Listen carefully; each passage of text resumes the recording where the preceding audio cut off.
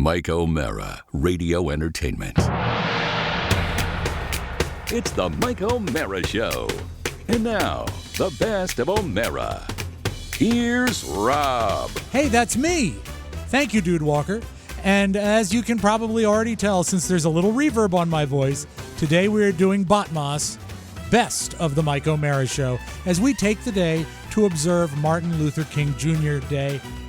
I have for you a great stack of segments today. As a matter of fact, I was going to try to edit them down so that the show was the proper length, but why mess with a good thing? This is going to be a bonus-sized Botmas and a surprise around every corner. But let us start as we talk about Mr. Ricky Skaggs. Ricky Skaggs is one of the greatest bluegrass players of all time, and we go off on a bluegrass jag. And remember, the takeaway from this one is, and Oscar's here too. Also, we discuss food, always. Adrian and Pony each bring in something for Oscar to taste test. We are all over the place. And whether it's Nutella, or is it Nutella, or mochi, we got a lot to discuss on this, so let's get her done. It is the best of the Mike O'Mara Show. It's the Mike O'Mara Show. Would you really go to that concert, Rob? Would you go see In a New York Second? One of my favorite songs of all times is, and I play it once a month on this show, is Country Boy. I love that. I'm just a country boy at heart. He I was love him. one of the last, I guess, country Heritage rock. guys to bring bluegrass into the country scheme, and I love that. I think it's great. He was a mandolin player, Oscar. A picker. mandolin picker. Yes, why are you raising your hand? Ricky Skaggs, A Lifetime of Music, is coming to your town all of 2017. He's touring. Yes. Oh, His really? dates in Florida are March 18th, Pinellas Park. Where? March 25th. Pinellas Park. Whatever. And you would know that what? be Don't- Miami? Don't use your DJ voice. It makes it even worse. Weirsdale, Florida, March 26th. Weirdale? Ponte Verde Beach, Florida. Oh, that he can say. Yes. That's all I've got because everything else is far away. I want to sit in the second row. I want to, Black-eyed Susie went to town. All she wore was a gingham gown. Hey, Black-eyed Susie. The closest- Ho, Black-eyed Susie. Hey, Black-eyed Susie. Who? Black-eyed Susie. To the D.C. area is March 4th, 2017, Wilmington, Delaware. Ooh, Wilmington is be a good pocket for him. Lots of slot machines and oxygen tanks. Yeah, well, it ain't exactly Firefly, is it? This is my philosophy now. I believe that anyone over the age of 50, Yes. I wish to see if they are touring because of 2016. I want to make sure that I see artists. You're living when in the now. When I can do that. I want to live in the now. Smart That's what I move. want to do. And so Pinellas Park, Florida. He's coming to Yes, sir. Florida. Yes, sir. Florida. All right. And March that's 18th. it? March March 26th. 18th. And March 26th. Okay. Pinellas Park. I don't know where that. Oh, ladies and gentlemen, how you doing? Bay Country 103, the Mike O'Mara Show. How you doing, everybody? This is Country Boy, Ricky Skaggs. Hope you enjoyed it. Bay Country 103. Bay Country 103. I may look like Start it again. Hey, that country station was the Bloody Valentine, right? Where you had to You mean fire the all those people. Valentine's Day Massacre? Yeah, that's what I kind meant. of the combination between the AM and the combination between the AM and the FM. when all the gangsters in Chicago had Bloody Valentine? Yeah, more like the St. Valentine's Day Massacre. Excuse me, Massacre. That's what it was. I think I canned 4 guys on one day. It was not my best day at all. Big Country 103, the Mike O'Mara get together for Thursday afternoon, getting you through your day with Ricky Skaggs on Bay Country 103. Oh, wow. How do you remember that? Well, that I had to hear it twice. You'll notice that I had to hear that Still. twice. And, yeah, It's an art form. This was a great video. It had Mayor Ed Koch in it. Did it? Yeah, it did. The Did it mayor of really? New York? Yeah, he was the current mayor. It had the plot of the video. I don't know why I remember it so well. He was hanging with bluegrass legend Bill Monroe in New York City, and Ricky Skaggs took Bill Monroe through New York, and at one point, Mayor Ed Koch lip-synced to this. It's bluegrass in the big city. That's right. it really Big Apple, truly- what you should have said. Oh, damn it. Yeah. All right, Rob, we're having a little. Rob and I are having a little musical. Oh, we're riffing here. Sure. Oscar's part of it, too. But I just Not really. So trying to include himself. for those of you. For those of you who are not in the know, I will tell in the know. Ricky Skaggs in the know. I want to play something for God. You know what? I don't have any ability to negotiate my own iTunes. I truly don't. I have no ability to do that. More like their tunes. Yeah. Am I right, ladies? There was a slight pause. You're like, wait, I was supposed to say that. I'm going to finish it. And Oscar's here, too. Hold on. Talk amongst yourselves. Hold on just a second. What a day. Do you have any appreciation of bluegrass music? Yeah, of course. One of the things that's great about it is that they have never used any sort of distortion. It's always been about a clean capture. So some of the greatest recordings of all time feature those instruments. Like a banjo, even though a stringed instrument, almost... All right, boys. Uh-oh, here we go. Now, you want to hear some picking right here? Listen to This Not is too awesome. loud, is it? No, it's great. All right, this is a guy playing a mandolin. Listen how fast he plays. I mean, they're all playing at this speed, and that's why I want to see him in concert. Listen, these guys are the best at what they do in the United Black-eyed States. Susie came to town, all she wore was a gingham gown. Hey. Black-eyed Susie, black-eyed Susie. There it is. That's right.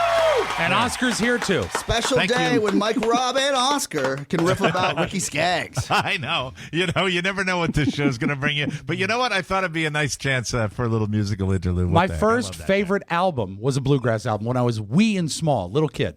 Really? Yeah, the Dillards, who played the Darlings on the Andy Griffith Show. Oh, But I mean, that's how you become. You get exposed to music through different Sure. ways. Absolutely. And the Dillards actually had a sort of a decent run. They opened for Elton John on a tour, which That's is weird. That is a weird combo, isn't it? that's weird, isn't it? what? Isn't that Whoa, weird? whoa! Mike, you Well, remember we- that time where Rob put a speed bump on the show with the Dillards? Remember the time that Oscar kept trying to include himself in our bluegrass talk?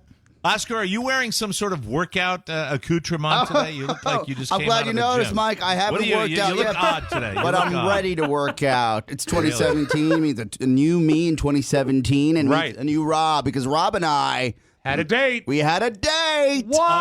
Oh, my Yes. God. You actually got into the gym with Rob Spiewak? I did. We didn't work out, but we got in there. We joined. Really? We joined. Yes. Look, I have a key tag. Hold on. Look. We docked. This is beautiful. at this. This makes me happier. This is a happy Friday already. This is Boom. great. I said Oh, Membership, baby. It has its privileges. What is last the, year, gym? all we did was make fun of how fat Rob is. Well, Yes, no, there we was did. other things too. And we had a live well, we- show at the Improv Yeah, but where we you made fun of me. we made fun of my fat as well. Yes, so, I mean, yes. you were not but alone. You're a You were lost not cause. completely- Rob's here. Thanks. So Thank you. You're damn right I'm a lost cause.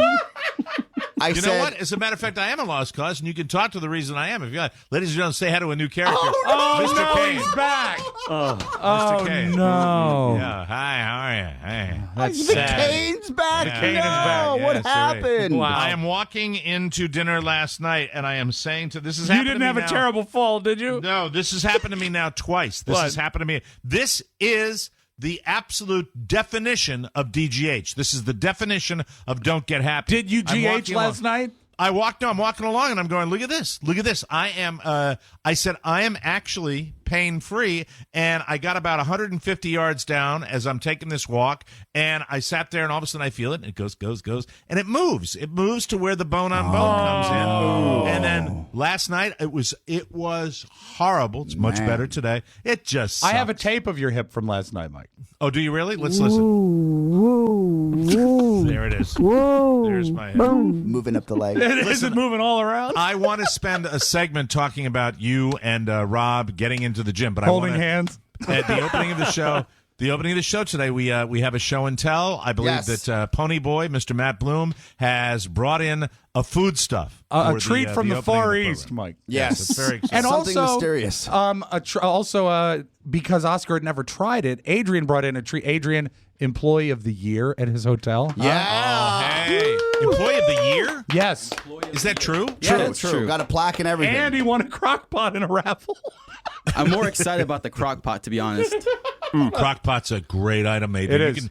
You can set it. You know what you can do? You can actually put meat in that when you leave for the day, and then when you return in the evening, you'll have a nice soft cooked meal. that you can eat. You can eat. That's what I've been hearing in the comments. But a lot of shtick on the comments too. what Adrian brought, because Oscar's never tried it before, a gift This from is the the near. dumbest show. This is the dumbest. How many directions are we going to go in the opening? I'm well, it's trying a to get taste Pony test. to bring in his effing food here. It's a What's going taste on? test. So Adrian brought Nutella, and Pony brought some sort of weird gooey biscuit. Oh man! All right, now, okay, all right. So that's back on track. We are Right. back on track now. The Nutella that I discussed as one of my cheats of the week. Oscar, you have never experienced the I magic don't of recall Nutella. Nutella. My parents never bought Nutella. I used Okay. to think Nutella was a fake peanut butter as a kid. All right, it's not. I'll be honest. Even Oscar Santana, I'll be very surprised if he doesn't like it. and I would maybe be love it. willing to guarantee he is all in. It I is think so. the year of the rooster, or as we say here in America, the year of the cock. Yes. And as far as flavor profiles, you guys may know better or best. Or as good. Do I eat the dumpling that's supposed to give me good luck in the new year? That's No. from the No, Far you East eat first? the Nutella first. Okay. Because And this Rob, is my do you pronounce it Nutella or Nutella? Nutella.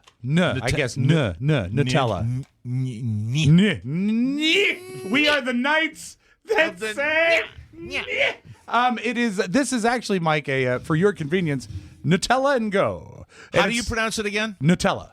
Nutella? Nutella. Nellen Flogel? If you like the taste of hazelnuts and chocolate, you are going to love Nutella. Let me just say that don't start yet. Don't start. I want a real I'm not reaction going to on ruin this. anything. It's served Don't with ruin it. breadsticks Yeah, for because dipping. that's the new thing they put it in. And I will say this, that I don't think the hazelnut is even a factor. I think it's just the chocolatey goodness. I agree. Would you just Oscar? eat the chocolate without any dippins? You could put your finger in there and eat just the chocolate, but I think if you really want to get it, I would take a healthy, and I mean healthy, gob of the Nutella on the stick. And let's get your and Rob, I'm asking Oscar to taste. Yeah, I'm watching it. not you. All right, so More. No, I can't get more. I get messy. Yes, you can. You know what it tastes like? what's What? that? Melted down Cocoa Puffs. Yeah, it smells like that. You know what? I'll accept that. What do you Yeah. think? I'd what say is he your- successfully dumbed it down to his tasting level. What is your? Like the powder at the bottom of a cereal box of Cocoa Puffs. but a smooth, creamy texture. Yes. Of course. What do you think of the flavor? How do you like it? Mike, I'm not a little kid.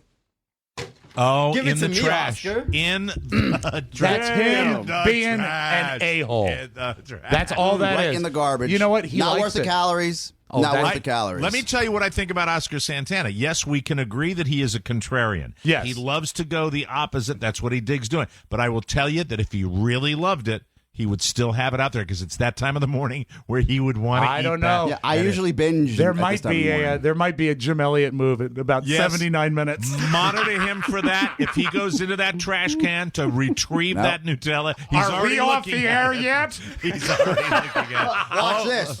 Look, he's pouring his tea over his coffee. Yeah. Oh my It's God. ruined. I stole it from the hotel, so I don't care. That way to go, employee of the year. Employee of the year. Yeah. All right, now Pony has also brought in a taste treat for show Can you and show tell. the packaging You gotta to show 'em the Mike? package. It's really By the great. way- It's by certainly the not way- hostess. It's not show and tell, it's show and share. It's If, show if you and want eat. the pre- Look how foreign this packaging is. Rice cake Azuki Daifuku Mochi with red bean paste filling. Oh my God. So Just Pony, like Grandma used to make. Pony's got this obsession with the Far East. Yeah. And because he thinks he's Asian, he bought these Chinese New Year dumplings because the new year has to start off right. These are good luck gooey biscuits, right? Well, these are a Japanese treat that is traditionally enjoyed Just because on you're New talking Year's. about Asian food doesn't mean you can't use articles. These are a Japanese treat. All right. Okay. All right. Ready? Let me just ask him a question. Oh. Pony. Yes, sir. So we all know you like anime. You like the cartoons that, and you're kind of upset. Are you? Does this like dovetail off into other areas of enthusiasm in the Asian culture? I mean, are you Absolutely. really into? Oh, okay. So will you be celebrating the year of the cock? Oh, every day. No, come on. No, I don't need seriously, shtick. seriously. I Like, don't are you need doing shtick like a from you. ceremony? Like, No, what's the no, story? no. Fireworks? No, I Will you wash your hair? yes, Okay. So you're okay with all that? You just like to eat their food. exactly. Not And just watch their food. TV and And So, okay. have you sampled the confection that you brought in for others to try? of course. And can you give us a review and your impression of it? So this is mochi, which is a rice cake. Mochi?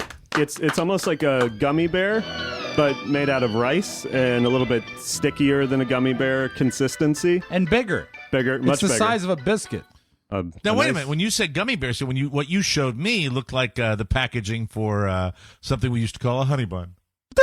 Oh yeah, show him one. Show And Mike, him a singular. you're one. a little something I used to call a honey bun. Thank you, Rob. I appreciate that. a lot of glaze. I My used to God. love honey buns. All right, let me take a peek. Let's see what we have here. Probably still do. Okay. So it looks like a little round donut. That hasn't been But, baked yet. Hasn't been baked yet. Oh, it has to be baked? Doesn't it look like it hasn't been though? Yeah, it looks like it hasn't been. Is that edible right now? Is that ready to eat? Absolutely. Yeah, but he Okay. gave me one before the show, and my comment was, Pony, this tastes like it hasn't been cooked yet. Oh, so you ate it before the show? That's You know such he a can't traitor stop move. himself. Well, no, That I- is such he's a an addict. traitor You move. don't need my reaction. You need this guy's reaction. I would love to. Because he'll do listen. anything for food. But you're the foodie guy. I love it, Rob. Since you already ate one, can Foodie you guy. give me? Rob, you're better at description anyway. Can Yeah, you give I'm me a gonna throw this in the description of what trash. it Yeah, was? it is. No, do not. don't throw it away. Did you throw it away? No. All right, don't It throw is. It away. You look at it and it looks like it would be almost like a small cookie from a bakery, but when you Okay. pick it up, it feels doughy. And gummy bear, it's not as set as a gummy bear. It's gooier than a gummy Yeah. bear. It feels like a dough. And then you bite into it, and then it's. So you got a little turgid when you touched it. Well, no, I was. If nothing else, I felt it was rather off-putting. Oh, it because was? Oh, yeah, so you were because turned off. it is very foreign. The kids wouldn't like It it. is extraordinarily foreign. And then the taste. The taste, the bean curd was really a non-factor inside. Bean the jam. Okay. Bean jam, yes. Pump up the bean jam. Right. But the actual thing itself was not overly sweet. It was just a weird, gooey thing. It tastes to me overly undone. Pony, why do you like it? Well, they're actually pretty good. This is Nice not counter the argument. best mochi I've ever had, but What makes good mochi? it's got to be a little bit stickier. You can see it's just kind of breaking up. Like it's supposed to kind of pull Gooey. Like and taffy? be nice and gooey. Yeah, except not as chewy Laffy as taffy, mochi. not as hard as taffy. Is the pleasure Saltwater mochi. like fruit flavor? Is it what is the flavor? The flavor is actually sort of a starchy, ricey flavor. Like almost, you know what? Sandy's mochis. Like an undersweetened rice pudding. You know how rice can sort of take on a sweet flavor? I don't think rice pudding is sweet enough. Boardwalk mochis. A lot of times I rely on the raisins All for the right, sweetness. enough of this Oscar dive-in. Let's see. All what right. you This is gonna be All right. great. Can I get a timpani, please? Yeah, you. absolutely. Always standing by. Here we go. Thank you. Smells foreign. Has it got powdered sugar on it? No, it's like a rice cornstarch, flour. I think. Gross. Ni hao. What You does like- that mean? I love He it. likes it. I like it a lot. You really love Uh-huh. it, or are you just doing opposites attract? No, I love it, man. It's great. Can I have another one? So let me get this straight. You threw the delectable nectar known as Nutella into the trash, but you're enjoying the Japanese ass cake like it's the greatest thing. JAC, Mike. Right. Well, A, it reminds me of my childhood. Why? They have these in Bolivia? My mom would cook something similar, but they would be undercooked. And that's when I loved them. What would she cook that was like that? There are similar treats where you would put como un pastel, which is a dessert, right? Spanish. His Spanish is always so cute. There's the other treat known as un patatero. There is a small city in the nation of Spain. It is called Barcelona. I went to Chile twice. Maybe you've been there. This is a lovely pasta el clalo, which is basically called the toenail of the coffee god that we love suckling on. As Quick update. Weird aftertaste. Yes, I'll give it that. Weird, like Little bit. really That's weird the bean jam. aftertaste. That's the bean jam. How would I really hesitate to ask because aftertaste is a dangerous thing to talk about. What would you compare the aftertaste to? Oh my God! I thought it was going so well. As a kid, and I'm sure we've all done this. Have you ever? Rob and I, by the way, are on the exact same page right now. Have you ever licked a battery? Oh no, never had the pleasure. The alkaline taste. Sure. Yeah, that's what I taste in my mouth right now. Mike, I could tell you what the aftertaste is like. Okay, I know But- you can. But I don't want to reveal her name. All right, stop it. Oh my God. Well, are we? Can I get a water stat? Hey, let me get that soda you got there. Are we done with show and share? I believe so. Yeah, no dumplings, no dumplings, no dumplings. All right, so if you're keeping track at home, folks, you got Pickin' and Grinnin' with Ricky Skaggs. You got Emoji from Ponyboy Matt Bloom, and you got Nutella that ended up in the trash, which is an American tragedy!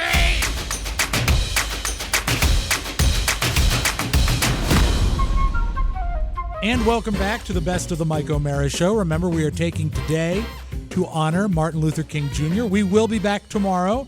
And in the meantime, we're giving you the best of. Now, this is one of my favorite interviews ever because he is an absolute A-lister, and he loves to give us crap. Mostly Mike. James Patterson, probably the most successful author since Moses, stops by to discuss at least two of his books. He turns them out at a regular basis.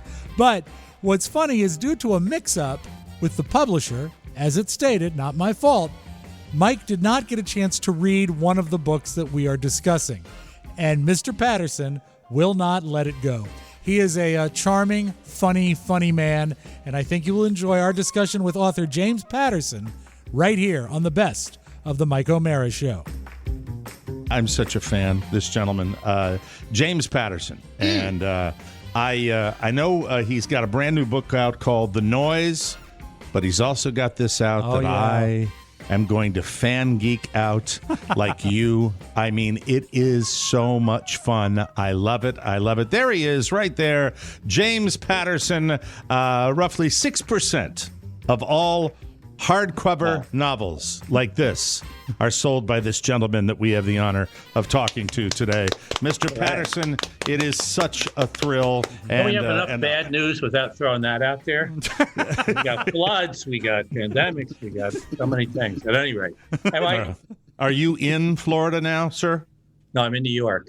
Oh, you're lucky. Behind me, not New York City, thank goodness.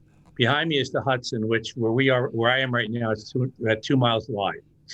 Wow. 2 miles wide. Wow. It's great. It's beautiful. I can see up to God knows what, Albany. No, not Albany. Well, but I have to ask you: has the Hudson, gone over the banks? I don't know. I mean, we're up 30 or 40 feet, so it just, it's not happening. I mean, I don't know. I don't think it could happen. So we're pretty comfortable. Philadelphia today, and I know I New played York golf yesterday too. Yeah, it's incredible. Disaster. Yeah. It's nuts. I mean, it's just crazy. Places that don't usually get that are getting it now. With usually see the middle part of the country that gets that kind of weather, but we've got it now. And down here in Florida, we're getting the tail. Believe it or not, this is how big these systems are. Oh, we're getting the little tail whipping through from Ida. That just maybe 15, 20 minutes ago, there was an alert for weather coming through here. It's crazy, and the world right now. You spend time in Florida. It's just I've been having No, we're going to get down the end of the month.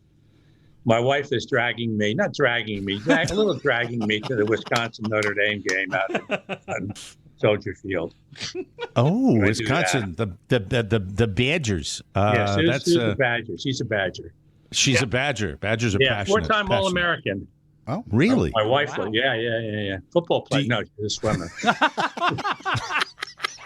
Do you get a chance to play? Wouldn't that be a horrifying thing? No, I mean, whatever. I know I get in trouble for anything you say now, but your wife was a football player? Whatever. Yeah. Okay. I will tell you I'll tell you a Badger story because we had a guy years and years ago on my radio show with Don. We had Rudy Martzke, who wrote the TV sports column for USA Today. Tough gig. And Rudy was responsible. Rudy knew everybody. And so we had every TV sports guest from Jim Nantz to Al Michaels to everybody through Rudy Martzke. And when I went to Rudy's home for a party, it was the first time I had ever seen, professional or college, an official Wisconsin Badgers bathroom that he had down in his rec room. Where Want it to was see Badger. another one? You want to see a Badger living room? We don't, American University where I went, we didn't, I don't think they even sell that, Well, let's say for originally she had a banner behind me in this room. And I made her take it down. And I'm not going to put up a Vanderbilt banner, Oh, that's right. You're a Vanderbilt guy, right? Ridiculous. Yeah, Vanderbilt and Manhattan College. A little more understated Manhattan at a College school in the like Bronx. Vanderbilt. Yeah. We figured that one out. How do you can do I- that? Manhattan College in the Bronx. Okay, whatever. That was, that it's was cool. It's great. What the hell? That's good. I mean, I tell everybody that wants to go into any kind of media that it's good to have that city experience. Sure. I mean, if you're going to a Colgate, which is in the middle of nowhere, but then when you want to get your feet wet in whatever you want to do, it's great to go to a big city. I think to do get some education. I mean, I can tell people, but if you said that, it would have a little bit more weight. You're kind of successful. All right, so what are we talking about? Well, let's get into it. I got to sell some freaking books here. All right. What do you want to sell? You want to sell Clinton? Let me tell you what I've got. I just started because I got it last night. I want to do the noise. I just got the noise. I just got the noise. People are right on the ball. Excellent. They give you the book after the interview. That's cool. Okay. It's not your fault, Rob. Right? It's not your fault that I got the noise last night. No, they sent it. They sent out the book as soon as they could. They put a tracker on it, and then they said, "You know what? Let's send them a broken PDF." And they did that right away. And I started to tear into it, but it was I got things to do. Okay. And no, look, this is one of my jokes. You go out and you're out in Idaho or something. And you're on TV, and they don't read the book, which I don't blame them. I mean, that's a big ask. But it's always like, so James, tell us about the new book. Okay. I'm not going to do that. You mean the one you didn't read? No, it's not my fault, okay. though. It's not my fault. It's not. And by the way, Mike, I know that. I didn't even blame you. I blamed the publisher. I'm 15 pages into the noise, and I don't even know if I'm right with your body of work. Let me ask you this question, because I'm 15 pages. Have you ever written anything like that? It starts out. It is not a normal. You mean that good? Probably not. It's not a normal James Patterson style book, in my opinion. Here's the thing, though. No, it isn't. It's like if I wrote a book with very little unlikely Stephen King and Michael Crichton. It's like that. But I can put it on the cover. This is not about Alex Cross. Right. Put on the cover. Nobody gets shot with a gun in here, but don't worry. Thousands of people actually die. But they'll sit there and they'll like, where's Alex? It's horrifying because I don't know. I'm going to get back to it because I don't know. I literally get back to it because I don't know. Okay. No, stop. So it. I got you. I'm holding this one. All right, okay. We'll go where we go. Before we really even good. knew. Not as good as the noise, but excellent. Okay, so the noise is. I get it. The noise. No, the noise is out there now. But as I say, when I do something different, they're all like, "Oh, what the hell is this?" I have and to I try jump to tell them it's different. It's whatever. They don't Oscar. Yes. He's not going to bail you out. I can vouch for this. Yes. No, wait. I just want to say, Oscar and Rob, please, when I came in, before he was even on our radar for coming on the show, we had no idea. Right. I came in here unsolicited, and I said, I tore through this more than any James Patterson book I have ever read. It was actually tiresome, the amount he talked about it. It was not tiresome, was it? No. Hell of a writer. In the back of my mind, can I ask you, look, the noise is on sale now. Yes. Please go buy the noise. And it's Can I really tell you? good. It's really good. You'll find a link in our show notes, Mike. He doesn't need this man. Doesn't need me. I do. What do you think I'm here? If I didn't need you, you think I'd be doing it? I thought we were Thought we were friends. Come on. This is yeah. It's not book business. Go ahead. Can I fanboy on this a little bit, please? Can I ask you some questions about this? Because I got a ton of them. Call you about this? No. And I do a Clinton impression that I've done for years, you know? Don't do it. He's got enough problems, the Lewinsky and whatever. Lewinsky revisited. Is that? I mean, very timely with that comment. Bring her back. Okay. It's exciting. One more time. Yes. She's got a documentary coming out too. Yeah, right? that's right. Yeah, I think it's out. So that is relevant. That is relevant. She's all over Twitter. How did the collaboration? I mean, this is the second book you've written with President Clinton. How did that collaboration come about? That's a generic question you've been asked a million times. The first one, we have the same lawyer, agent, whatever, and he knew that President Clinton loves thrillers, and he reads everything, tons of nonfiction, tons of thrillers. He's a crazy person, and and they've been trying to get him to do a thriller forever, and he, and they said, well, how'd you like to do one with James Patterson? He said, well, why would Patterson want to do one with me? Okay, and they called me up, and I said, I'm in. Yeah. And the reason was that one. Okay, I told you I'm on the river here. Up the river is where I grew up, Newburgh, New York, okay?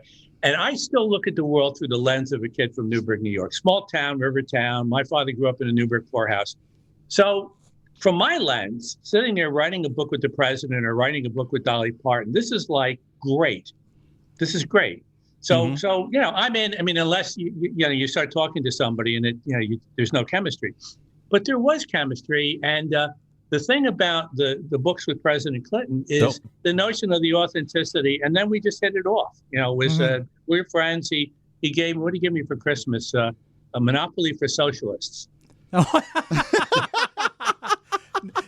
what did you give him for Christmas? Oh, Mike is gone. No, Mike's still. He's I resetting. gave him a putter that said it was a silver, and it said on the side of it, automatic two-putt. Oh, so easy. Guaranteed two-putt? Yeah. Guaranteed two-putt. Yeah. It was, what's he like? Because he needs it, I'll tell you. I'll tell you a story. It's actually, I'm doing an autobiography, it's just stories next year. And one of them is the first time we went out and we went golfing. And his people said, he'll only play 9 holes. And I go, great, I don't care. I'll go in a putting green with him for 10 minutes. We're playing, and I don't know, 4th or 5th hole, it's a par 3.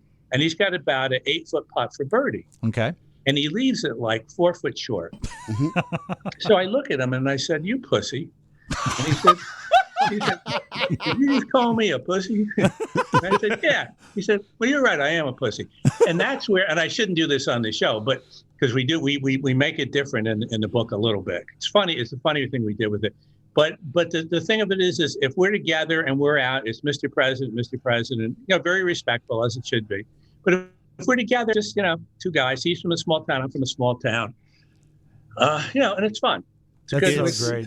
When I don't want to get totally sorry about that. And you were talking about golf. And I love the game more than anybody in the world. So that's me. Stop it. Stop laughing at me. I'm doing my best. We're not laughing at you. We're laughing with you. Thank you. I was got laughing electrical storms with our guest, Mike, coming through here all the time. Always with, because we have such respect. When it comes to, and people that I told my listeners about this book about a month ago. Which book? About The Noise. I told them yesterday about The Noise. Excellent. The Noise, James Patterson, and who are you mentoring on this particular book that is joining? The famous J.D. Barker. J.D. Barker? Mm-hmm. Yeah. Yes. So but the president, you know what, the president's daughter? That one. Okay. Mm-hmm. It's amazing. It's truly amazing. And what makes it amazing is tell them what happens in the middle. You can really spoil it for them. Well, no, I'm kidding. I could if you wanted to. Here's the thing. I have always geeked out over documentaries about Air Force One, over the Secret Service, over Special Forces. It's all in here. And what I found the most fascinating element of this, though, was the interpersonal relationships that the president has. And I was just curious because in the back of my mind, the whole time I'm reading the book, I said, well, this is where I would have assumed the insights from President Clinton came into a lot play, of that. You right? know, the first book, it was the president in office. The second book, the president's daughter, it's a president, after office, which of course President Clinton has experienced. So he had a lot of insights in terms of what it's like, what's good about it, what's not so good about it. And in this case, he really needs a lot of help to try to find his daughter, but he's not president anymore. So, and he knows where he can call in favorites, and he knows where he can't. It's so much fun, and I just I tore through it. And as far if as you the like noise, this kind of stuff, read "Walk in My Combat Boots." If you really want the documentary, the real deal, that thing will blow your mind. It's so timely. It's so timely right now. Well, with everything it's going been on out in for the a world. while, but and it more than ever, But it's just story after story. I think there's 51, whatever the hell, and each one is about 6 or 7 pages, and you just get like a wonderful like one woman. She's from Buffalo, and after 9/11, she went to the Marines, and she said, "I don't want to go, but put me in combat." And they say, "We can't put you in combat at that point." All right, so what's the worst, the most dangerous thing? And she said, "Well, doorway gunner on a helicopter." So she had to go like through 4 different schools, and because she was a woman, she had to be first in every school. And it's a great, and it's like 5-6 pages. Wow. There's a dentist who goes in, and he's in the reserves, and it's after they caught Osama bin Laden. Yeah. And he had toothache, so they brought him in to be the dentist for So he's got all these stories, and he said, "I just made up the weapons of mass destruction, and you guys bought it." Whatever. Funny guy. When you were so, are you fascinated with the inner workings of like the Secret Service and Special Forces and that kind of? Because there was like an enthusiasm in the book about all that. I like the humanity of it. The president loves the Secret Service guys, and I like them too. It's really interesting though. Like, I had to get used to it. You come into his house or anywhere where he is, and they're like statues. Okay, they won't say a word to you, but then you go, "Hey George, how the hell are you? How's the family?" And then they won't shut up. Once you have to initiate it, or there's nothing. Well, no, that's okay. That's good. It's great, and the noise, as I said before, is 15 pages. 15 pages. It was not my fault. But I'm going to finish the noise. That's all Rob, the publisher sent you was 15 pages. 15 pages, the noise. Here's what I think is cool about the noise. I'll do this very quickly. If you can put a suspense hook into the readers where like, I got to know how the hell is this happening? And in this case, it's this noise that's destroying everything as it blasts through the Northwest. And there are surprises along the way as opposed to a one-night thing or, one note thing. And then the ending is really cool. You go like, wow. I mean, a lot of times they'll set the hook and that's it. And they just set the hook and there's a hook and there's a hook and there's a hook. And then the end, it's aliens. What? Well, the thing, it's interesting you say that because reading a book starting The Noise, you have absolutely no clue what's going on. Yeah. You're lost. You're completely and utterly lost. And that is, that's the hook, isn't it? Well, you know better than anybody about how you do that. Okay, how could this possibly happen? This can't be happening. And the characters are going, this can't be happening, but it's happening. So how is do we there do it? Is and there a template? And I don't do the cop out. It's not aliens. Spoiler alert. And it's not, it does. And it's not God. It's not God, and I have no idea. And this is, I'm not kidding you, only 15 pages. When you talk about grabbing a reader, do you have, I remember the last time we spoke with if you. I could, I would reach out and grab you, Mike. But I can't. He said, how come your audio went out? And all I know is I was gone for a while. Is he gone again? Yeah. All I know is gone for a while, and I came back, and James Patterson was insulting somebody on a golf course, and I have no idea who the hell it was. I don't know what was going on. Do you talk about I've how... played with 3 presidents now. Which ones? I'm not going to get into it. Come on, you said it. Come on. Clinton, Trump, and Bush Sr. Who's the best golfer? 41. Who's the absolute... Trump is. Trump is. He is really the best golfer. Yes, by far. By a lot. And, okay. By a mile. Who's the worst? I'm not going to get into who's the worst. I wasn't going to ask you that. Who goes around the golf course the fastest? Bush. He was speedy. That was his thing. Speed golf. So senior you played with, you didn't play with W. No. Okay. I think the answer there would be not yet. No. Thank you. Thank you. Not yet. Very, very exciting. I like him. I like the younger. We're Bush. close. He's a pretty nice guy. We're close I've met him a couple with times. the Bush family. We produce the 41's Presidential Libraries podcast. Oh yeah. So good people. Good people. They are good people. I agree, and I'm not really. I kind of lean the other way, but I like them very much. And I got to spend time with Senior and wife, and they were very down because she did all the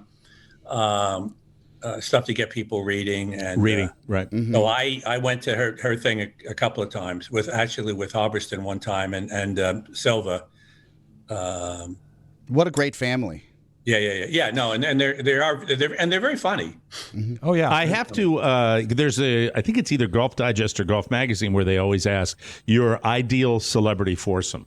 So I'll ask you that since I know you love golf. No, I don't have any. I got nothing. No, I don't like foursomes. You know who I play with all the time now is Mike Lupica. You know, the sports writer. Yeah, the sports guy. Absolutely, great writer. We play all the time. And we're actually doing.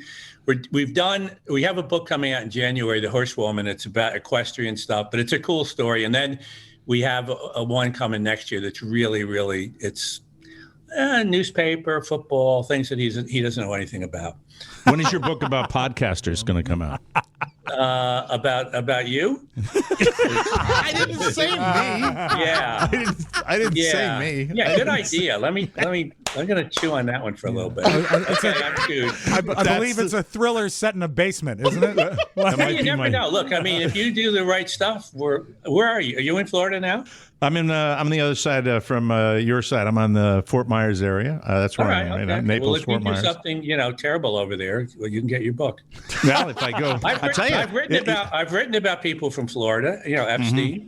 Yeah. You know what? If I went over to a school board meeting down here, I might do something terrible. It's pretty. But I tell you what, though, I watch this thing. They keep showing this scene of punches are flying, and I look at this thing. I go, "There's no punches." There was a couple of people. There weren't. People a little bit. Where are the punches? I mean, punches are flying. Let's see the punches. It was. Let me tell you. I have an 8-year-old. I have an 8-year-old. Okay. I'm an elderly father with an 8-year-old in school. I believe the science. I want him to wear masks. I had no idea, that there was a large contingent of people that didn't want people to wear masks and that they were bat-ass crazy and that they all showed up at the school board meeting, and it was terrifying. It was absolutely but you're right. There weren't really punches thrown. They're a little pushing. Not in the clip that they keep showing. No, that's the one that they I'm show. Sure. No, obviously there punches have been thrown in supermarkets and whatever. Yeah, it's people get nuts and we're divided, and that's the way it goes. At any rate, we're getting lost here. I know, and I don't want to, but I do want to ask you with the virus and everything that we've been talking about, everything we've been living the last 2 years. Is there anything on your radar in that vein? I mean, you're moving into different areas with the noise. I get my shots. I just got my third shot. I was talking about a book, James. I was talking about a book about viruses. No, the shots are important. I have no interest in writing about that. I tell you what, though, in this sense. Mm-hmm. And I mentioned the combat boots. In October, I have a nonfiction, similar kind of style where this friend of mine, Matt Eversman, he was the actual sergeant who was portrayed in Black Hawk Down. Okay. Wow. He's a buddy of mine from Florida. And he's great at talking to people. And most soldiers won't talk about what they did over there other than to other soldiers because they just think people won't understand, and they don't for the most part. Nurses are the same way, especially emergency room nurses. And this book it's called ER Nurses. And once again, it's just stunning about the stories. And we try not to go too heavy on COVID, but there are some and I remember one of the nurses talks about how everything, all the human stuff had to go away. They just didn't have time. But at one point, she just found herself. She took off her gloves and she just held this woman's hand as she was dying.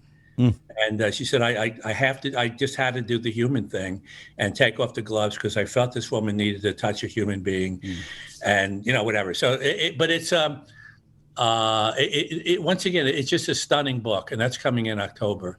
What is wrong with me? Why do I keep putting these books out? Yeah, okay. Yeah, I will tell you though, during these times, I mean, I know it's an old cliche, but curling up with a book. Yeah. I mean, listen, I went to American University. I read slowly. You already said that. I read you did the slowly. American University. That's a good school. It was all right. In Washington, yeah. I got It's through. a weird name for a school, but it's like Manhattan of the Bronx, but whatever. Manhattan of the Bronx, the same I'm surprised thing. it's not like in Yugoslavia or something. American University in Yugoslavia. That's what it should be. Really, it's so nice to have you on the show. We didn't get a chance to really geek out about your golf game because in your bio, the information they send along, it always has golf at the very end. It always says, and loves golf. Do you love golf? Are you passionate about I hate it? Do you? But I play a lot. You hate your game? Yes. No, I'm okay. I was 9, 10, whatever. I'm probably 14, 15. The one freaky thing out of nowhere, I have 8 holes in one. Oh, wow. Do you really? Wow. I do.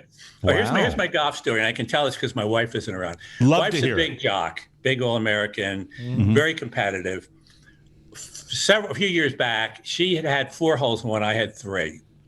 Jeez. On January the 7th of 6th of that year, I had another hole in one, and she said, "Well, I don't like it, but I can live with it." The eighth, I'm out with her. We're on it's par 3, obviously, and I have another hole in one. Does she give me a big hug? No. Does she say, "Nice shot, honey"? No. She looks at me and very appropriately says, "You've got to be shitting me." So you can see why I'm with her. She's great. That's what keeps and the if there's relationship anything together. funny in the book, she wrote it. So. You know what? It's such a pleasure. Please, anytime you'd love to come on the show, or even really hate to come on the show, we'll take you. We'd love you to, come by. Do phone calls, Oh, you're wonderful. Me and you, Mikey. It's really. Now, where are you guys? You guys are in We're DC. downtown DC. Yeah, we're in DC. DC. Oh, you're all in DC. Yes. Yeah, but No, Mike is in Florida. I'm in Mike is Florida. Mike's in Oh, Florida. okay. All right. Okay. And you're in New York. For the moment, yeah. And you're from Newburgh, and I went to school also Marist College in Poughkeepsie, New York. Which, Really? Okay. Yes, I did. Okay. Yeah, so a I know couple the of my area. best friends that barely could get through high school went to America. I'm confused now. What is the Marist and the American? What I happened? transferred out of Marist College to American University. Okay, all right. I had to get out of there because I think your point's well taken. Anywho, Poughkeepsie's an interesting town. I love that. I used to go to a place called the Last Chance It Saloon. made it into the French Connection, right? Yeah, it That's did. true, yeah. Picking your All feet right, in Poughkeepsie. I'll give you the Poughkeepsie story. This is in the bio. My father grew up in a Newburgh poorhouse, whatever, and he was going off to war, and he got a phone call, and this guy said, "My name is George Hazelton. I live in Port Jervis, and just bear with me," he said. Tonight, after dinner, my parents took me downstairs to the living room, and they said, "George, we love you so much, and you're going off to this terrible war, and we have to tell you we're not your natural parents, and you're adopted." And then over the phone, this guy George Hazelton said to my father, "I'm your brother." So that's how my father. Then they go off to war, and they both come back, and they become great friends. And so a few years later, my uncle calls up and he says, "I found our father." And he's tending bar in Poughkeepsie. And neither one of them had ever seen him, at least not that they knew of. Maybe they had when they were infants or whatever, because he ran off. He was a drunk and a whatever. Mm-hmm. Like a lot of Irish, whatever. He just kidding, just kidding. I love the Irish. I'm Thank like you very much. 40% Irish. So at any rate, so he calls up my father and he says, "Come on up to Poughkeepsie to this bar." And my father says, "I don't want to see the bastard. You go." So my uncle went up and he gets to, and it's a bar under the bridge in the river there, and it's a really crummy bar. And there's a couple of the kind of guys you'd see in that bar, but bellied up to the bar. And then his father standing behind the bar. My uncle doesn't drink. He orders a Coke. He sits in there for 15 or 20 minutes. He's so turned off by this guy behind the bar, his father. He never introduces himself and just leaves. Wow. And So that was it. there's my Poughkeepsie story. Wow. That is a very, very sad story. You know, Yeah, it's well, with distance, it's kind of a cool story. With a all little right, bit so of great. distance. No, when you read the noise, I'll come back on. Yes. Okay, I'd love to. No. He's so mean. Anyway, James Patterson, thank If I you. lie, at least I correct it.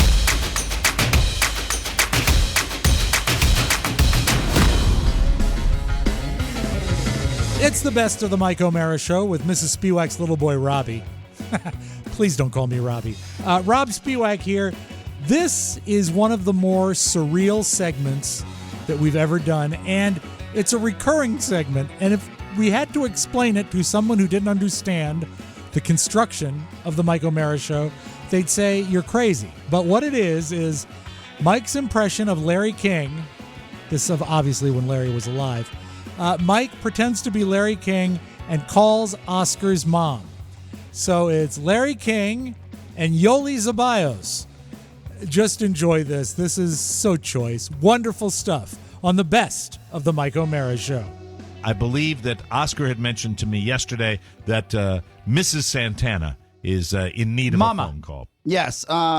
Look, my mom is going through a transition in her life. I think that if we're all lucky, all of our parents will go through when they can retire, right? Okay. Right. Now, they may burden you, like my mom has myself, my sister, my brother, and my father with that retirement financially. Yeah, but you got that big family, so you can handle it. Yeah, exactly. Not that we want to, but we have to. And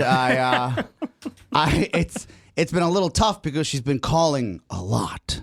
Like I'm talking 3-4 times a day about. So she is getting ready to leave the workforce. She already has, and now she's left the workforce. What is the dilemma? What is she having? Is she looking for you to entertain her? her new job is calling her kids, Mike. And when she called us once a week, it was cool, but now it's out of control.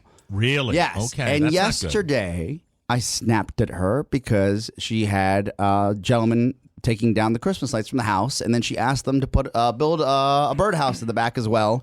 And I said, Mom, you can't just tell people to do other jobs that they're not there to do, right? Did she the perhaps guy- think they were like just general handymen? Yes, the guy wrote me and said, hey, I think your mom thinks just a random contractor that showed up, but I do this every year to come down the lights. But she asked us to put up the... So the guy was not happy. He was cool. He goes, did you ask us to build a birdhouse? Because I don't remember having that conversation. Wow. Oh, dear. My mom's a wonderful woman, and I'll give a kidney, any type of organ that I can live with without keeping me Boy, without dying. she can cook anything. But she's made kidneys, riñones. She's made them before. Sure. But I think she needs a pep talk and a greeting from Larry King, if that's All possible. right, very good. I will follow your lead. Yes. I will follow along. Now, real with quick, this. though, as sort of bedrock before we make the call here, you have called her as Larry King before, and I believe it was around the holidays, and at the Christmas dinner, she was telling everyone in the family that she spoke to Larry King because she's a big fan. Has the truth ever come out that it wasn't Larry? No. And She's still existing in a world. Rob, let me just ask, is there a message you want Larry to give her? I want you to congratulate. I want Larry to congratulate her on her retirement and congratulate her on her computer classes and congratulate her on having a great son that's making it in broadcasting and congratulate her on my MBA and congratulate her on my pending nuptials and congratulate her on all positive. I can do all about positive. me, please. All right, And anything bad you'd like him to say about your siblings? No. That's too inside. He wouldn't know that. But I'm gonna call I'm gonna pre-call my mom. All right. As any Okay, producer very would good. do on the air. Right. And I'm gonna make sure that she's available to call her right back because Then we're I don't gonna want call her on our main line. I don't want my dad to mess this up.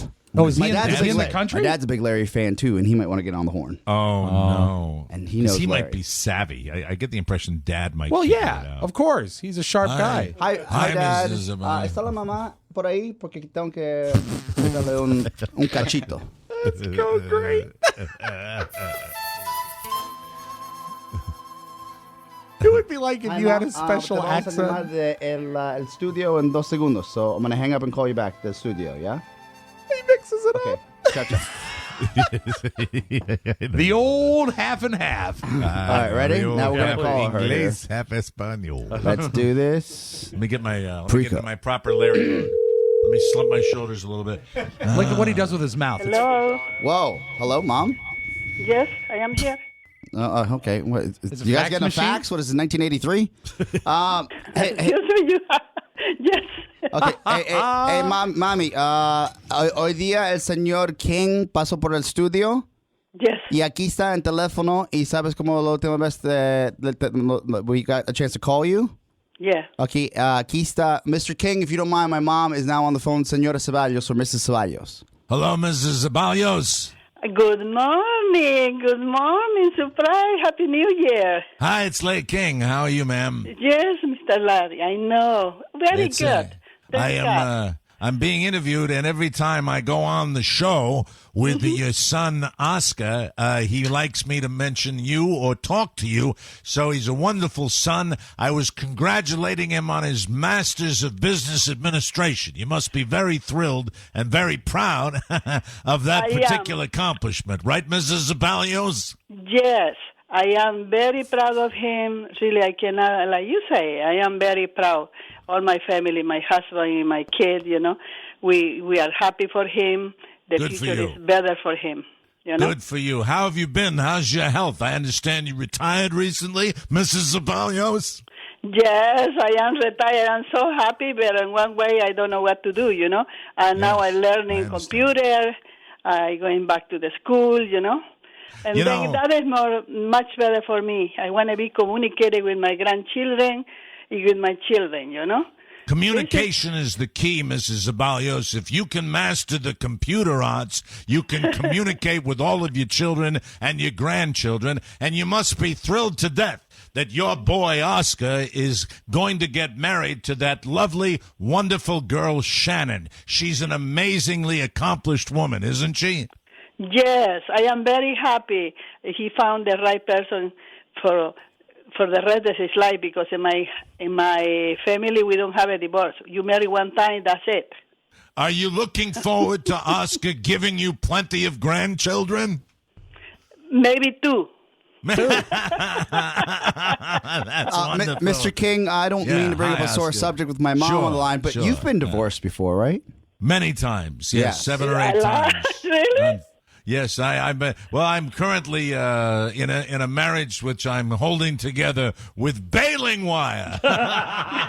Mom, will you pray for Mr. King on Rosario? Yes, pray for me. May I use your first name, Mrs. Ceballos? Yeah, you can use Jolie. It's okay. Is it Yoli? Jolie. Jolie, you can call me Larry. Call me Larry, all right, Jolie? Okay. Have you been a fan of mine for a long time, Mrs. Ceballos? Yeah, I've been fan for a long time. I was looking when you retired. I was looking all over until I found you. Yeah, and you buy his fish oils. His fish oils, Yes, Mom. All right. I take it. I have the medicine for a long time. Oh, that's Yes. good for your heart. Heart health, Mrs. Ceballos. Excuse me, Jolie. Heart health is extremely important. I like heart health. It's Yoli with a Y, Larry. Yoli. Yes, I'm sorry, Jolie. Yoli, heart health is very important. Did you have a good breakfast this morning? Yes, I have it. I have an egg. I have a little Wonderful. pupusa. Not pupusa. What is a papusa? Some foods with cheese, Oh, that sounds absolutely delicious. I enjoy. You're from Bolivia? Yes. That's wonderful. Sorry. That's delightful. But you're a citizen, right, Mom? Yes, an American citizen for 1985. That's wonderful, Yoli. I'm so happy for you. And of all your children, and I know you have many, is Oscar the boy you're most proud of? No, it's not. I'm proud of the three, because my daughter, Jose, and Oscar. We are the three, my children and my husband, we are proud of Oscar more than anybody else. So you have 3 children? Yes, I have 3 children. Who are the 3 kids and what do they do? 2 are physicians. One is in Harvard. One is went to Georgetown. Is my daughter. and then I had 3 grandchildren. How many Oscar. schools did Oscar go to? Oh, how many schools Oscar went to 2 schools. 3 2 schools. That's wonderful. That's what are you going to be enjoying for lunch today, Yoli? I'm going to cook for my husband, especially because I'm trying to be in good fit. I go for my husband. My husband is going to get a fat, not me. Can I say something to you, Yoli? Oscar said to me not 10 minutes ago that he loves his mother so much that if you ever needed a body part like a kidney, that he would give his kidney to you. He loves his mama that much. I think that's wonderful. Don't you, Yoli? Yes, I am. I'm so happy with them. Really, Oscar is a special baby because he's a little one. Yes, the little one, little bitty Oscar. Yeah. Yeah. And did he get into trouble as a boy? A lot. A lot. That's wonderful. So did I. What are your plans for the weekend, Yoli? I'm going to be home. Maybe I have to go to church, and then I'm going to be at home. Maybe I'm going to cook. To cook at home because it's better for me to be cooking at home. That way I know what I eat.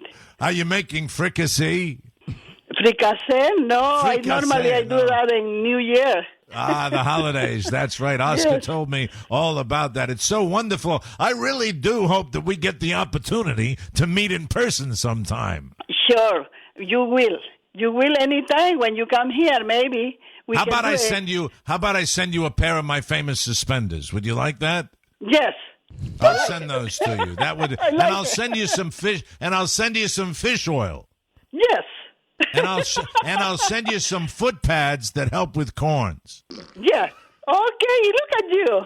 That would It's a big giveaway here on the Michael Mara Show. Oscar told me what a great fan you are. Do you have any questions for me, Yoli? No, the only question I have is how you doing with your health. I could do better. You know, I smoked a lot of cigarettes back in the day, and it's kind of catching up with me now, you know. Yeah, but how long time you did? You stopped. That's right. That's right, Yoli. Well, I guess we've reached the end of this conversation, but I really want to say I'm so very proud. Happy. Very happy to hear you. Thank you so much for like my son. Thank you for the support for him. Thank you so much. How is Mr. Zabalios doing? He's doing very well. He's soon going home. Oh, yes. That's right. Back to Bolivia, which is home. We all know that. Thank you. Thank you very much, Yoli. Have a wonderful day. God bless you. And please, I will say a prayer. Even though I'm a Jew, I will say a prayer for you. Me too. I will pray the rosary for you. Adios, Yoli. Adios, Larry. Ciao, Mom. Bye-bye. Thank wonderful. you. Bye-bye. See you later. Love you. You guys are animals. That is. There's all in. Made her and then so there's happy. all You in. made her year. She's running around telling my dad how she just talked to Larry. God, I think you were about to book her on your new show.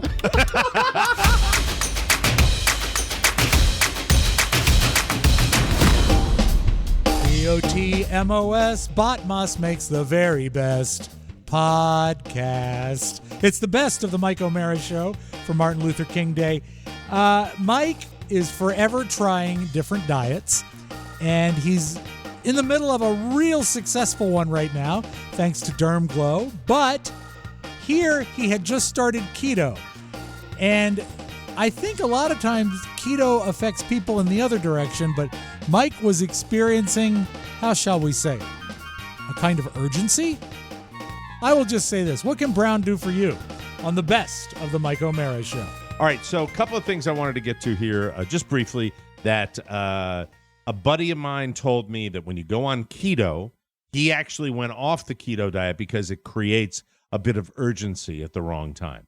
Okay. And I'm here to tell him that, I think that there is an adjustment period digestively that one has to go to. And the reason I mention this, and I am now in a zone where my digestive functions kick in only at the worst possible time. Only when, Exclusively. when it's the worst. Yeah. Exclusively at the brown zone comes at the wrong time. What is the wrong time? Well, maybe it would be clearer for you if I gave you the right time. Yeah. Okay. What would be in the perfect world? What would brown do for you? Brown in the perfect world Shock would jock. be early a.m. Sure. Early Yeah. Like a.m. maybe first thing out of bed. Like that would be amazing. Yeah. I mean, if it was a complete, total Even during the holidays, there's a evacuation. lot of packages then. Well, you know what? If it was evacuating first thing in the morning with that sound, if that sound went off, it's like, clear the decks, clear that. You know when it's not? When it's not is when we've gathered up the youngster, we've popped him into the vehicle, and we've gone out to the big box store. Yep. I am not an aficionado of using a public facility. You know what a public facility represents to me to a certain extent? Lack of control. That if you had the control, you would have planned it and you would have gone it. Now, if you want to drop a winky tank, that you've been drinking water all day, that's a whole story. different thing. But I was in Giant. It was a nightmare. Still haunts me. I'm a big fan of Costco, as you know, but I'm not a fan of their bathroom facilities. No, well, any Bet they go in store, bulk. Yeah. any store. I was in. This occurred to me when Mrs. O'Mara on Saturday or Sunday, don't know which day it was, wanted to do a little Christmas shopping at our high-end department store, Marshall's. And she wanted to go out to Marshall's, and we're in Marshall's, and I said, we're driving. It's about 20 minutes to this shopping center, and we are about 15 minutes in. And I said to Carla, this is a true story. Yes. You need to turn the car around now. Abandon ship.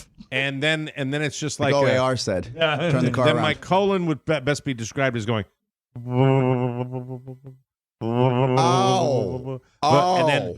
And then it receded. And then by the time we got to Marshall's parking lot, it was back going. As we walk into the Marshall's, and I say, I have to use the facilities. Doesn't matter. I don't know if I care can go to about my Marshall's fear or that I TJ have. Maxx. And I go and I walk to one side where the dressing rooms were, Yeah. which is normally where you would put the restrooms. And that's when the lady says, no, the restrooms are over there. And she points to the other end of the box where they have their picked over shoes. Quick question. Did she give you a Yes. number? Usually you got to get a number. Yeah, no, for not the- to go. That's for the dressing room. And- These were the restrooms. And thank God, Mike, you didn't do what most Marshall patrons do, is just use the dressing room. Give me 8. I'm going to leave 8. So Many pins on the floor.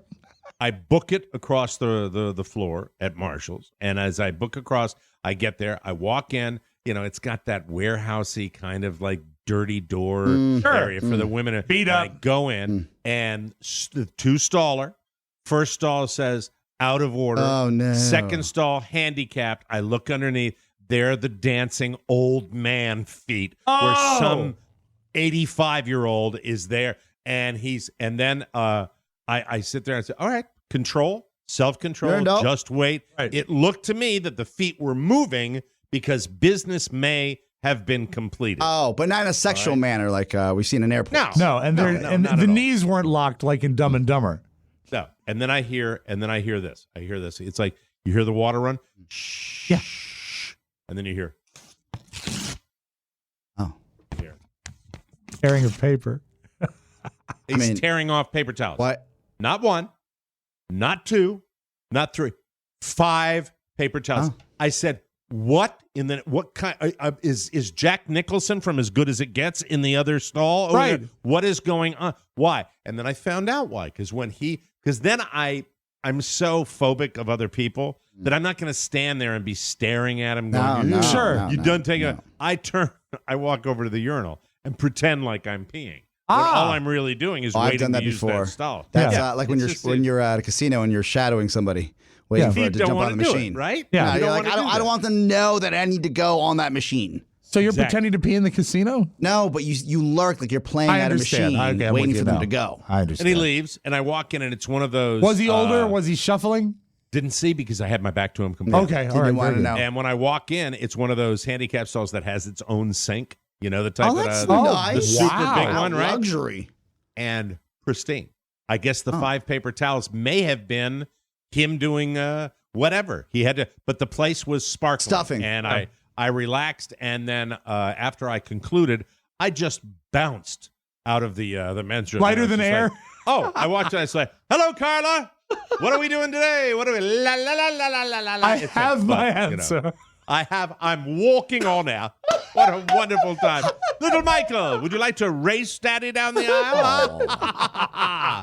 But, the warning is there for this new little program. How long is this recalibration period? Don't know. Oh. Got no idea. And also, was there ever a period where there was no urgency whatsoever? Because when you go on a protein-rich diet, sometimes it puts the brake on the system. Yeah, I'm going in between now. It's just not. I can't set my clock to anything right now, and I'm using a little enhancement too. I use the old powder at night, to get the plumbing going a little bit. And the orange flavored? Okay. Nope, not at all. All right. Clear. Yeah. How does that Diet Coke fit into keto? No carbs in Diet Coke. Oh, really? Yeah, I did not know that. Right It's just the chemicals. It's chemicals. It's just chemicals. That's all. But I'll be honest with you. I could be feeling a little urgency right now.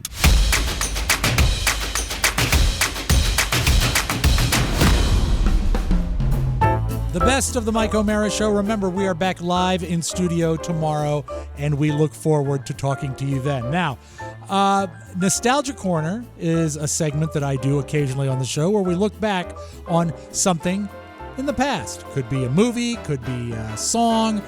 In this case, it's a television show. And this is a show that I love. As a matter of fact, when I was down for the count, thanks to my weak liver, I watched the entire series. And it was a lovely time because it caused my wife to come home one day, and before she even asked how I was doing, remember, I had cheated death. Before she even asked how I was doing, she looked at me and she says, "I hate Columbo." Well, I do not hate Columbo, and hopefully you won't hate Columbo after you get the backstory of one of the greatest detective dramas of all time. Also, a little fun with the name Peter Falk. We determine about whether or not the man wears a glass eye, and also a great look back on a wonderful television show. We will see you tomorrow right here as we do a brand new show for you. But until then, have a great day and enjoy the best of the Mike O'Mara Show. We are going to replace the homepage today with Rob's Nostalgia Corner because Rob's had this one in the oven for quite some time. So take it away, Rob Spiewak. I was going over the things that we have spotlighted on Nostalgia Corner, and we've done music, and we've done a lot of movies, but you know what we've really not dived in a lot is TV. And there are certain TV series that I really like, and so I would like to, if I may, just one more thing. Talk about Columbo today. Just let me turn around right now. Oscar, are you even aware of Columbo? The only reason I know about Columbo is because of Captain Steve. No, but he watched Cannon. Oh, sorry, different guy. I don't know show. Columbo. No. All right. You never watched him. You never. Are you even aware of Peter Falk, the actor? No. He would know him as the grandfather in The Princess Bride, the one that tells the story. Yes, that's it. Did he have a TV show? Yeah. Oh my God, one of the greatest. Legendary actor, quirky actor, an American original, somebody that we'd never seen on screen before, and really probably one of the most successful detective shows ever. A Matlock show? It was. Yeah. It was different than that. Well, you know what? It actually set itself apart early on, and I'll get into that. Here's something that's great about it. It was a drama that ran from 1971 to 2003. That's 30. Oh, I'm sorry. I forgot the announcer at the end. Drama. That's a drama. What years? It ran for 32 years, from 71 to 2003, but only 68 episodes. And I'll explain why in a little bit. Right. The character of Columbo was created by the writing team of Richard Levison and William Link. You see them on a lot of shows throughout the history of television, and they said they actually based the character on Dostoevsky's Crime and Punishment character, Petrovich. So Columbo is actually based in classic French literature, which is kind of crazy.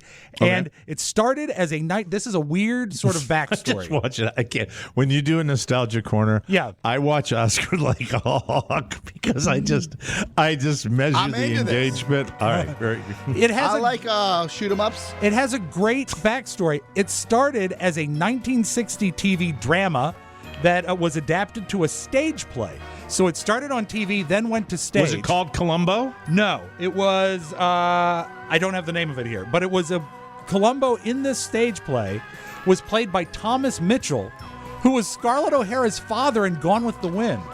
Doesn't the name Columbo sound a little dorky? In what way? It just doesn't sound like an action guy.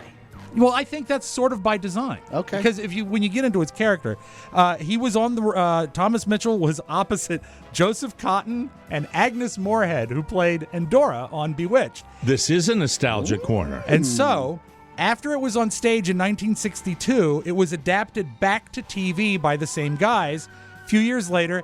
And guess who they went out and really wanted to play Columbo?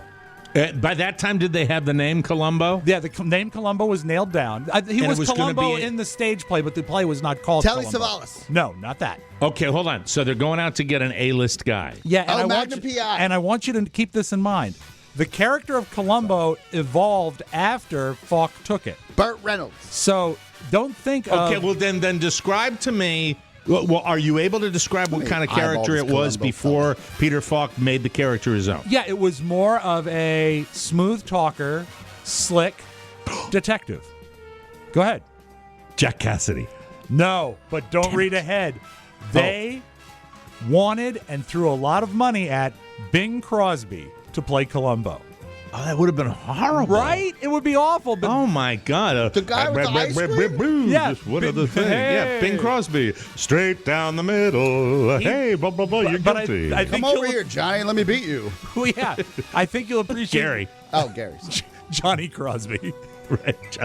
Little Johnny Crosby. I think you'll appreciate the fact that Bing Crosby gave when he declined the part. He said a weekly series would get in the way of my golf game. There you go. Attaboy. So he took it out. There you go. So the producers, on a lark, they went after Peter Falk. He took it. They did one made-for-TV movie, and it was a smash. So right away, NBC wanted a weekly series, and Falk said no because he was still making movies. He says, I can't commit to that. I can't do it every week because I've got other stuff going on. What are you texting, Oscar? I'm looking at Columbo. I want to see what he looks like. You want to see Peter Falk in Columbo? Yeah, well, he was goofy. He was a goofy, quirky guy. So, Mike, they invented something. They invented something called a wheel show or a wheel series. And do you remember that every Wednesday night on NBC? Let me see if I got it right. You had McCloud. Right, exactly. You had Columbo. Yeah, and then there was one more in the original wheel. They would rotate them. Wait a minute. Wait, was it Barnaby Jones? No, Macmillan and Wife. Yeah. I know. Not great. Not great. Doesn't he look like this is what Dan O'Brien's going to be in roughly, let's say. No way. 2 years. No way. 2 years, right? No. Was he a drunk? Dan O'Brien will be a lot of things. I don't think he's going to be rumpled. No, I don't think you're right. Was he a drunk? No, not at all. Not at all. No, what he was, you know what he was? What? They didn't see him coming, Oscar. That's it. They didn't see him coming. That's the whole thing. They did not see. You never knew that Columbo was figuring stuff out, but he was a brilliant detective. It was called the NBC mystery movie. It was called a wheel series. They did a similar thing later on with Hardy Boys and Nancy Drew, where they would alternate, and because of that, what a show would take 1 week to film, Columbo would have 4 weeks to film. And TV historians agree because they had that extra time, that added to the quality of the show and why it holds up so well. I get that because that was the anchor, too, of that week. Was it Peter Falk? Falk. Yeah. Falk. Sorry. Fuck me? Falk you. Fuck me? Peter Falk. A handsome man when he's not rumpled.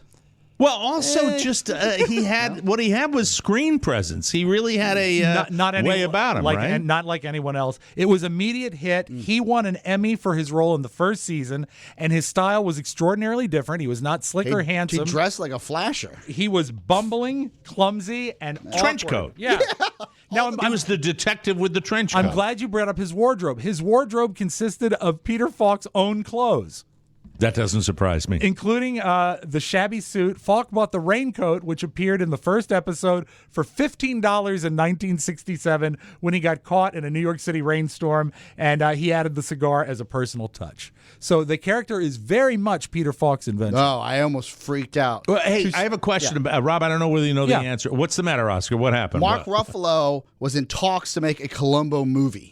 Mark Ruffalo would be perfect. I agree. Man. I agree. Mark Ruffalo would be perfect for that. And I would, you know what? that I wouldn't mind being updated. Although it does fall into the category of Hollywood make an original movie. Yeah. Especially when you have guys like our previous guest churning out original content. You know, really, when you think about it, and of course, many of James Patterson's, I think he's won films. 6. Of course. I think he's won 6 Emmys. I think James Patterson has won 6 Emmys. But that's what I like. I like when they this one. That's what I was thinking halfway through this book was this will be a great movie, or it could be a TV movie. It doesn't matter. But I will tell you something about Peter Falk, and I was going to ask you this. The eye, was he really blind in one eye? He has a glass eye, I believe, yeah. He has a glass eye. Yeah. Right? Yeah. Yeah, In so he has a real glass life? eye. Yeah. In real life, Oscar. So that's why it's like, I have just one. No wonder he's question. rumpled. Now, You don't know for sure, though? I don't. Would you I'll stake look your up- I'll look up- reputation please on check. it? I always operated on the assumption that he was. Now, I'm Okay. glad you brought up the fact that he was sort of bumbling and they didn't see him coming, because this is another thing that Falk created. He ad-libbed all of Columbo's idiosyncrasies to keep the actors that he was acting with off guard, to make them look more bothered or more sort of off balance when they're doing their scenes. Because he What really are was the idiosyncrasies that like he he would fumble for a pencil or find a piece of string in his 'cause he was pocket, hammered. or something like that. An often one was, "Excuse me, do you have a match? I just need a match," and Yeah. that wouldn't be in Right. the script. He would just do that to throw people I got off. it. Okay, Falks. Falk. Sorry. Really? Faulkner, like William Faulkner. Yeah. Faulkner. Faulkner. But just take the ner off, Okay. and it's Falk. Peter Falk. Fuck! I hear the cannons roar. I'll let you take it. Does he have a glass eye? Yes. Okay, I thought so. Which is why you never see him at a 3D movie. And also, Columbo had one of the greatest catchphrases in TV history. Lieutenant, if there's any further way that I can be of assistance to you, No, you just make out that list. That'll be fine, Doc. Thank you. Oh, one more thing before I forget. Well, I guess that clears that up then. Okay, Doc. Thank you very much, and I'm sorry I bothered you. No bother at all. Well, listen, there's one more thing. You don't remember what your wife was wearing that night, do you? Thank you again. Oh, What, something else? what's the matter with me? One other thing, the angle of the bullet. Just one more thing. No, Lieutenant, there is no just one more thing. Goodbye. And according to the guy that created the character, Levinson, the catchphrase "one more thing" was conceived when they were writing the play, and they had a scene that was too short, but they already had Columbo make his exit. They were too lazy to retype it, so they just added him coming back in and saying one more thing. And it was the that was the so cliffhanger. great. That's so every great. single time. Fantastic. Now, all right. the other innovation, and Oscar, this is the thing that is the most fascinating part of Columbo, and I didn't realize it. Thought you were finished. Growing kind up. of clue me in when you're done, will you please? 'Cause Sure. I don't know when You just pulled a you're Columbo not really on us. good at like billboarding. You really kind of. I thought that was one it. No, more we're thing. gonna close, Mike, with the Emmy information, and it's coming up Okay, very all right, shortly. good. The Emmy information. Stand by. But I want you to know that the show We're recording. popularized an inverted detective story format, which is known in the business as a How Catchem. Oh. How Catchem means that the first scene actually shows the murder and how it was done, and then he has to solve it by the end of the episode. So as a viewer, you know who's guilty, as opposed to if you're watching a Rockford Files or a Murder, She Wrote or a Matlock. Yeah, because that's what made the one more thing, because you're rooting for him against to the figure- villain. Right, exactly. And Jack Cassidy did play the villain multiple times. Mike, I'm so glad you brought it up. As a matter of fact, Jack Okay. Cassidy holds the record for being a murderer in season 1, 3, there. and 5. Now, Well, Cassidy yeah. could have been a murderer a fourth time, and I quote from the website, tragically died in a house fire in 1976 after he dropped a lit cigarette on a Naugahyde couch. Naugahyde went up like a brush. Paint factory. Yes. Yeah, that microphone doesn't work. In all, the show won 13 Emmy Awards, 4 for Peter Falk as Best Actor in a Drama, and his speeches were always great. Here he is in 1976. You know, you have a television show, and there's hundreds of people involved. There's actors and producers and writers and the whole crew of cameramen and sound men. And now the show goes on the air, and it's a hit, and the spotlight narrows down, and it focuses on just one person, and everybody else is in the dark. And that person is the star.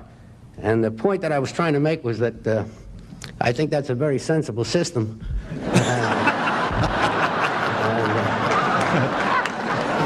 So he was, he won 4 Emmys. The show is And I don't want anybody to change it. The show is currently available on DVD, Blu-ray, and on the streaming platform Peacock. Highly recommended. Want more? Make sure you check out the Mike O'Mara Bonus Show. Get it at MikeO'MaraShow.com. Mike O'Mara Radio Entertainment.